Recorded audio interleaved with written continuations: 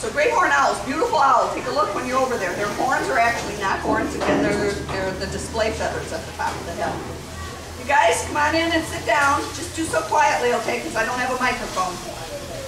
Okay, now I mentioned that our owls are principally nocturnal. They hunt at night, right? So nature's had to give these guys some very unique characteristics in order to be effective nighttime hunters.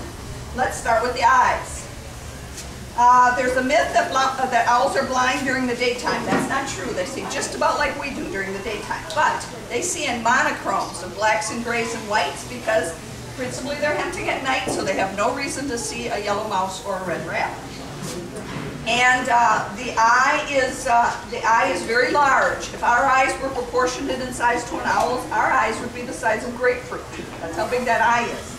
But it's designed to collect light much, much more efficiently than ours is, and they see maybe 5 or 6 times better than we do at night. And it's not an eyeball, okay? We have an eyeball, we can roll it back and forth in our head and we see things out here to the side, right? An owl's eye is a long tube, and if you kind of picture my thumb going back in her head, that's what her eye is like. And because it's a tube, it's fixed in place, correct? She can't roll the eyeball because she doesn't have one. So what does she do instead? She turns her neck, turns her head. All owls have twice the number of vertebrae in their neck than we do. We have 7, they have 14. So under all those feathers is a very long, flexible neck, and she can make herself real tall. She can turn her head 270 degrees each direction. Which pretty much means if we had that neck, we would be able to look over our right shoulder and keep right on looking over our left shoulder. That's how flexible that neck is. So they've got great eyesight, wonderful nighttime vision, that long neck that enables their vision. But the most important sense for an owl is not their eyes, it's their ears. And remember I said the feathers on top of the head are not ears? Their ears are actually located right here beside the eye on either side, kind of on this line on either side. And the ears are asymmetrical, which means they're different. One is higher, one is lower, one is larger, one is smaller. Take a look at this head. All owls have a big round head, but it's kind of flat in front, right? Doesn't look like our eagles and our hawks who have that very aerodynamic shaped skull and beak and fly very fast, correct? These guys don't fly as fast, but they're much more accurate, and here's why. In this big round head is that big eye I told you about, big brain. Flat part in front is called a facial disc. It acts like a radar dish. So what does a radar dish do but collect sound? She's got special muscles around her beak that directs the sound to her asymmetrical ears. And with her big brain, she instantly calculates out the time differential of what she's hearing, balances it out to within 1 degree of accuracy. Now that's a pretty amazing sense. Owls have one other thing that helps them out, owls only. The leading and trailing edge of their wing feathers is kind of soft and serrated, almost downy if you look at it under a microscope. And what that means is they have a great big, broad, soft surfaced edged wing. So they fly and glide and dive silently. They're stealth hunters. They make absolutely no noise. Owls even have feathers all the way down their talons so that when they're flying through the air and dragging their feet, it muffles the noise and they make no noise. I frequently have people tell me the story, maybe hunters in the woods, campers or hikers in the woods, that will tell me the story about the owl that flew by them and scared them half to death because they never heard it coming, never heard it going. Now knowing all this about owls, would you believe they have a relatively high mortality rate in the wild? 70% mortality in the first year for most species. You guys know what that means? It means they die a lot when they're young. A lot of them, 70% in the first year. Very sad but true. Unfortunately, we contribute to that. Owls have learned that what they're hunting at night is attracted to lights. Therefore, they're attracted to lights, and they get hit by our cars frequently. All my birds have had injuries like that. Most of the birds you see in the park have had injuries like that. When they're injured, they go to wildlife rehabilitators who work to get them healthy. But unless they're 100%, they can't be released back to the wild. It wouldn't be fair to them. They wouldn't survive. So at that point, we give a few of them a good home. And I usually say by the time they get to us, they've won the lottery. The other thing about our birds of prey is most of them need trees. So let's talk about eagles for a minute. Eagles are a big-bodied bird with up to an 8-foot wingspan. Okay? Needs big, old-growth trees that they land on top of, roost on top of, and they come back every year and they add to their nests, correct? Largest eagle nest ever recorded in Florida was in St. Pete Beach. It was over 10 feet wide and weighed more than 2,200 pounds. Okay, more than a ton. Brought down the tree eventually. And eagles have to live within a mile of water because 75% of their diet is fish. It's estimated that about 200 years ago there were over 25,000 nesting pairs of eagles along the coastline of Florida. What do you think is along the coastline of Florida now, folks? Hotels. Yeah, houses and condos, not trees. So loss of habitat's a big issue for all of our birds of prey. But Florida is proud to say that we are one of only 4 states that have over 1,100 nesting pairs of eagles as our permanent population right now. They do a bird count every year.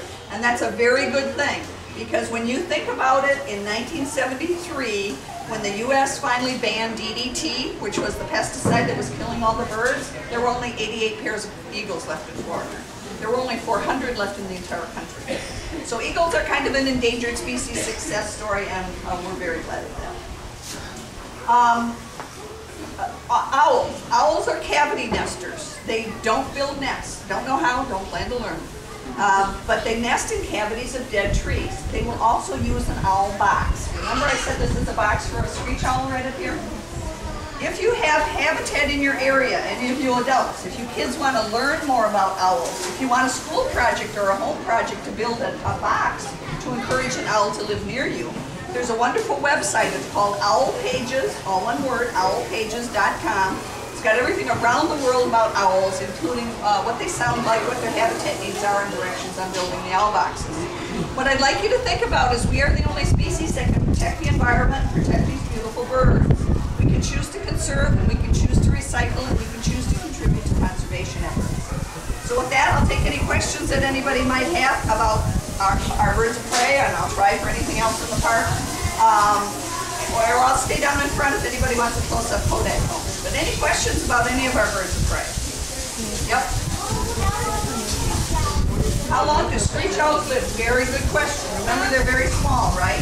So they have a small lifespan. They live about 3 years. Okay?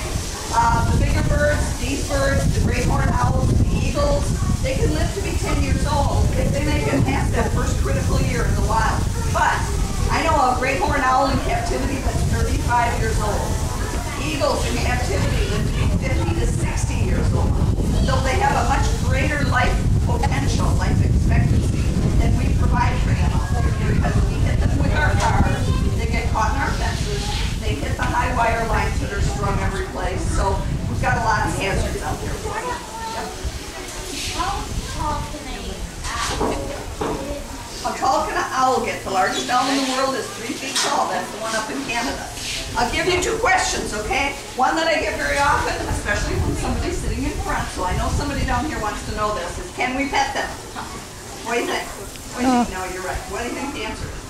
No. No, and the reason?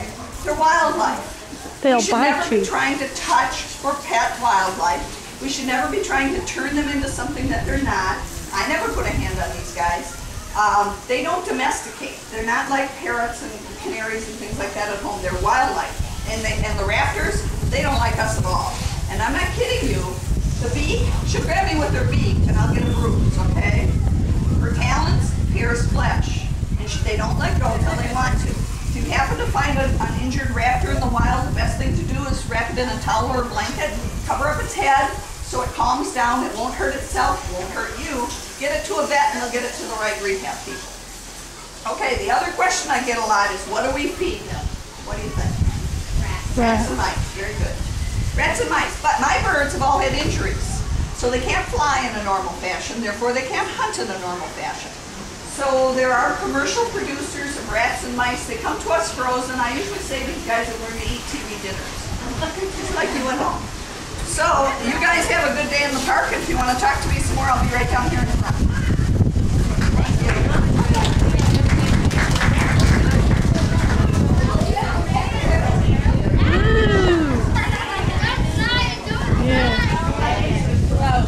I got a picture of I think I got her.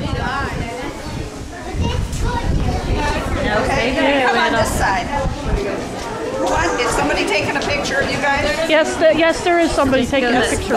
Stand right here. Stand right here. Guys, just stack yourselves up. All right, tall you two in get in the little front. You two get, little in front. yeah, And you then guys I'll stand come right down, there. Okay? Him too? No, he's not with us. Who does this belong to? I don't know. Nope, No. we don't know. Okay, I don't guys. know. You take off your hat so the one in the back of you can be seen. There you go. Okay, I got you. No, she has one. You guys are going to have to scrunch in a little, I think. Yeah. We're going to have to get you in the back. Her name is Kiowa. All my birds are named after Native American tribes. Yeah. She has one eye because she was hit by a car.